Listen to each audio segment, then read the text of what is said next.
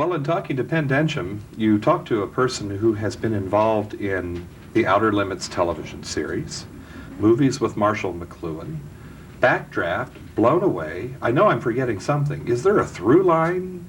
Well, there was a Robin Hood somewhere in there. A Robin Hood, of yes. course, and now MOLL FLANDERS. Is diversity rather than unity maybe the important factor here?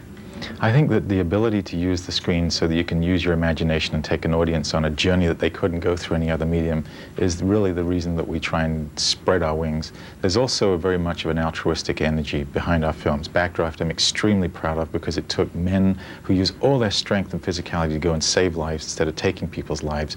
And when Robin Hood, I was trying to tell a story that was about two men that were from totally different and enemy classes, that one was a Muslim and one was a Christian, and yet they learned from each other, and together as a united force they took on an evil. And then when we did Blown Away, we were looking for a story about people who were willing to commit their entire family and their belief system to go out and fight other people that were willing to destroy us. And where do those people come from? What kind of courage did they have to try and find that? And when I was working on MOLL FLANDERS, it was really extending that, but suddenly saying, wait a minute, I have a daughter. And what do I show her? And what do I give her as a legacy when I'm away spending my time making movies?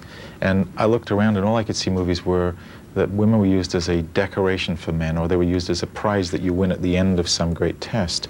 And I didn't feel that that was, and there are movies that obviously don't speak to that, but they're not as frequent. But it's interesting because MOLL FLANDERS has a diary as a legacy for her daughter. Yes. And this movie is perhaps something of a legacy for yours. Very much so. And I'm very influenced by Norman Jewison as well, who was a mentor of mine and who had given me encouragement. And he never makes the same movie twice. Each movie he does has its own reason to exist, and whether it's In the Heat of the Night or A Soldier Story or whatever, and he doesn't get trapped by Hollywood. And so I think the great movies are always unique, they're always different. But speaking of Hollywood, sure. Everybody's always saying that the period film, the historical film, is dead. Mm-hmm. Of course it's not, obviously, but did you grow up with some Hollywood period films somewhere in your youth, in your mind's eye? I loved Robin Hood with Errol Flynn. Yeah. Those people in that movie were so full of energy they hardly touched the ground. Nice. And, you know, when I went out to pitch a new version of when I went out to pitch a new version of Robin Hood to the studio system, they said that was the silliest idea they'd ever heard. That no one wanted to see period movies, that men in tights with swords were absolutely irrelevant, and if it wasn't men with guns, no one was going to go and see it. And at that point I had to make a decision. Was I going to write what Hollywood told me to write, or was I going to write what my heart told me to write? My partners supported me. I sat down and wrote the script with my partner's help, John Watson, and we had a movie that then went out and did $450 million.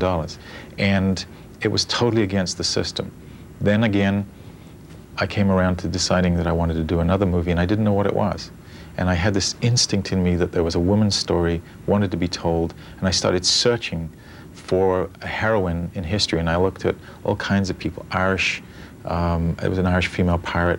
There was Boadicea, the War Queen of England. There was Nell Gwynn. None of them worked for me because they were using violence as solutions and things. And I really wanted to find a story that really told a journey through a life with heart for somebody who had no beginnings other than her own spirit, and who ended up where she'd made mistakes, and yet we believed that she was a valuable and spiritually special person.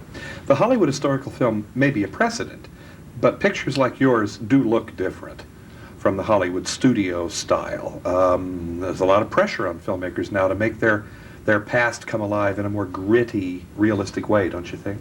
Well, I don't know. I'm a bit of a romantic, so I don't know how gritty MOLL looks. To me, it's a movie that tests you but never betrays you.